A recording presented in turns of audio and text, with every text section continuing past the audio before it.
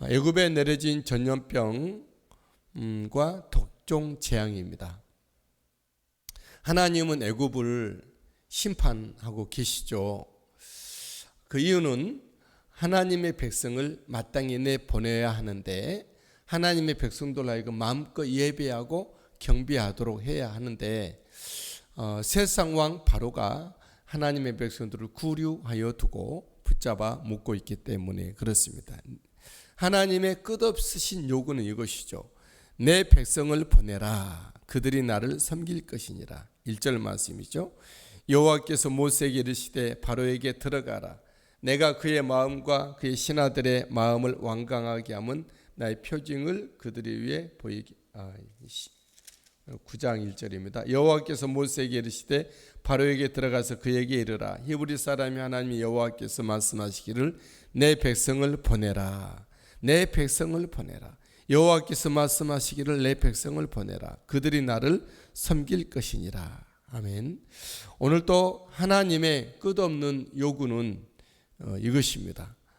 내 백성을 보내라. 그들이 나를 섬길 것이니라. 사단과 세상과 육에 대해서 하나님은 계속해서 우리 자신의 육으로 뭉쳐져 있는 우리 자신에게도 계속 말씀하죠. 너는 육에서 나와서 하나님의 백성이 돼 하나님을 섬기고 예배하라. 이것이 하나님의 말씀입니다. 하나님의 사람인 우리들도 이 일을 눈여겨보아야 할 것입니다. 그리고 중점을 두고 기도하며 준비하고 동참해야 될 줄 믿습니다. 바로가 만일 하나님의 말씀을 거역하여 하나님의 백성을 보내지 않는다면 재앙에 재앙을 더할 거다 말씀하시고 실질적으로 그들에게 전염병과 악성 총기를 보냅니다. 2절 말씀, 네가 만일 보내기를 거절하고 억지로 잡아두면 3절 이하로는 전염병을 보내겠다 하고 애굽의 모든 가축과 말과 소와 그 모든 것들에게 전염병을 보내십니다.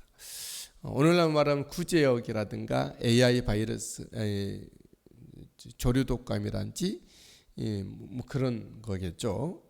그리고 8절 이하로는 악성 종기를 하나님은 그들에게 보냅니다. 8절 이하, 여호와께서 모세와 아론에게 이르시되 너희는 화덕의 채 두 움큼을 가지고 모세가 바로의 목전에서 하늘을 향하여 날리라. 9절, 그 채가 애굽 온 땅에 티끌이 되어 애굽 온 땅의 사람과 짐승에게 그들이 붙어서 악성 종기가 생기리라. 오늘 읽으신 말씀에서 우리가 관심을 끄는 부분은 한 3가지, 4가지 정도인데, 첫 번째는 하나님은 하나님 자신을 소개하실 때, 바로 앞에 하나님을 소개하실 때 히브리 사람의 하나님이라고 소개를 하고 있어요. 1절에 여호와께서 모세에게 이르시되 바로에게 들어가서 그에게 이르라. 히브리 사람의 하나님이 여호와께서, 히브리 사람의 하나님, 누구의 하나님이죠? 히브리 사람의 하나님. 히브리 사람이라는 뜻은 강을 건너다라는 뜻이에요.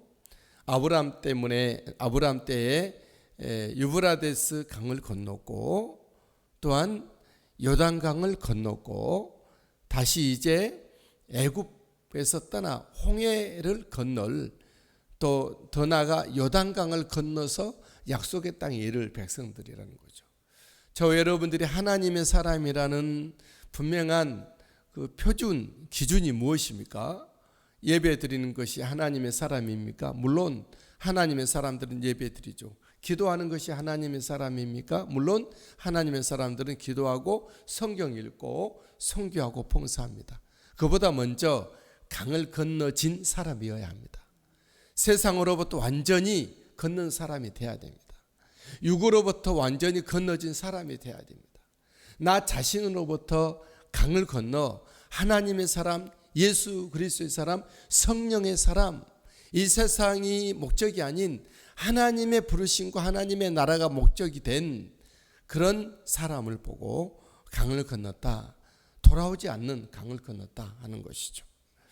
우리 하나님이 정말 나의 하나님이 되셨습니까? 그러면 세상을 건너고 육을 건너고 내 자신을 건너진 사람이 돼야 할 것입니다. 아직도 세상에 미련을 두고, 아직도 내 자신에게 미련을 두고, 아직도 내 어떤 욕심과 그런 어떤 우연을 기대하고 있습니까? 우리는 하나님을 기대해요. 예수 그리스도께 이루신 구원의 자리에 서서 성령님께서 나를 통해서 이루어 가실 일들을 소망하며 달려가는, 이미 강을 건너버린, 돌아올 수 없는 강을 건넌 사람들이 되어야 돼요. 그런 하나님, 그런 사람의 하나님 여호와시다라는 거죠. 하나님은 바로와 애굽에 재앙을 내리실 때 하나님의 백성들의 그 곳은 따로 구별하시고 보호하시죠. 4절 말씀, 여호와가 이스라엘의 가축과 애굽의 가축을 구별하리니 이스라엘 자손에게 속한 것은 하나도 죽지 아니하리라 하셨다라. 실제로 그렇게 하나님은 하셨어요. 이 앞전 재앙에도, 파리 때의 재앙에도 이스라엘 백성들에게는 그것이 임하지 아니하였죠. 그러나 애굽 사람들에게는 재앙이 임하게 된 것을 봅니다. 6절에도 마찬가지, 이튿날에 여호와께서 이 일을 행하시니 애굽의 모든 가축은 죽었으나 이스라엘 자손의 가축은 하나도 죽지 아니한지라 그랬어요. 하나님의 백성들에게는 재앙에서 구별하시죠. 하나님의 심판은 하나님의 백성을 위하여 오는 것이 아닙니다. 하나님의 백성들에게 오는 것은 재앙이 아니라 구원이죠. 하나님의 심판은 하나님을 거부한, 거역한 세상과 사단과 어둠의 영들과 모든 죄악에 대한 심판입니다. 우리 안에 그런 것들이 있지 않아야 하나님의 심판이 아닌 하나님의 구원의 자리에 서게 될 것입니다. 또 한 가지 우리가 보아야 될 부분들은 애굽의 술사들로부터 시작이 된 종기라는 거죠. 악성종기 11절, 요술사들도 악성종기로 말미암아 모세 앞에 서지 못했다. 요술사들이 요술을 부리고 개구리를 올라오게 하고 지팡이가 뱀이 되게 하는 요술, 눈속임을 했지만 그들도 여전히 인생이라 하나님의 심판의 대상으로 그들은 섰습니다. 특별히 그들은 이때 악성종기는 요술사들이 먼저 걸리고 그들을 통해서 전염이 되는 것을 보게 되죠. 11절 하반절에 악성종기가 요술사들로부터 애굽 모든 사람에게 생겼습니다. 굉장히 불명예스럽게 되는 것이죠. 이처럼 사람의 수는, 인간의 수는 하나님 앞에 불명예스럽고 사람들한테 불명예스럽고 그들의 그 자체가 사람의 이 요술 행위, 사람의 이 모든 그런 부분들이, 인간적인 육이 바로 하나님의 심판의 대상이라는 것을 기억하십시오. 내 속에 있는 육을 벗고 하나님의 사람, 성령의 사람, 예수님 영성의 사람이 되어져야 할 것입니다. 자, 바로는 하나님의 명령대로 하나님의 백성을 보낼까요? 세상 왕 바로는 정말 그는 이렇게 죽어가면서도 하나님의 백성을 보내지 않습니다. 세상과 죄와 육과 사탄은 끝까지 하나님의 백성들을 붙잡고 있으려고 합니다. 오늘날에도 사탄은, 악한 더러운 영은 하나님의 백성들을 놓지 않으려고 안간힘을 쓰고 있는 것이죠.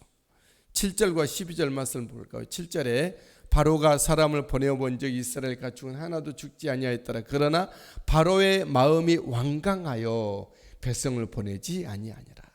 바로의 마음이 완강한 거예요. 사탄의 마음이 완강한 거예요. 이 더럽고 이 정말 악한 사탄은 완강합니다. 12절 말씀에 그러나 여호와께서 바로의 마음을 완악하게 하셨으므로 그들의 말을 듣지 아니하였으니 여호와께서 모세에게 말씀하신 것 같더라. 이 세상은 처절하게 심판의 거듭을 하여 심판받아야 되기 때문에 그들은 완강한, 그러니까 이 하나님의 백성들을, 하나님의 그 지은 영혼들을 놓고 줄다리기를 하는 거죠. 약간 사탄마귀들도 오늘도 그런 일을 하고 있는 것입니다. 저 여러분들이 사탄의 그 손아귀에서 벗어났다는 것이 얼마나 큰 은혜고 축복임을 우리가 다시 한번 알 수가 있는 부분이겠죠. 우리 온 세상을 심판하시는, 다스리시는, 통치하시는 하나님이십니다. 하나님의 사람들에게 있어서 그의 하나님이 되시는 하나님이십니다.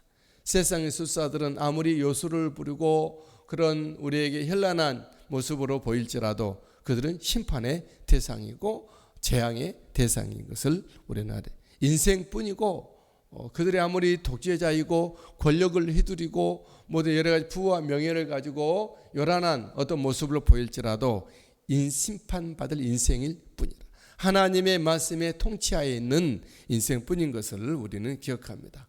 세상 왕 바로는 끝까지 움켜쥐고 영혼들을 내놓지 않을. 그러나 우리는 하나님의 말씀과 하나님의 입과 하나님의 의지와 우리는 한 영혼이라도 더 사단의 입에서, 사자의 입에서 우리는 건져내는 것입니다. 이것이 교회의 사명이고 저희들이 기도할 부분이고 우리가 애를 써야 될 부분인 것이죠. 오늘도 우리 주님의 은혜가 함께 하시는 거룩한 복된 한 날이 되시게 되기를 예수님의 이름으로 축복합니다.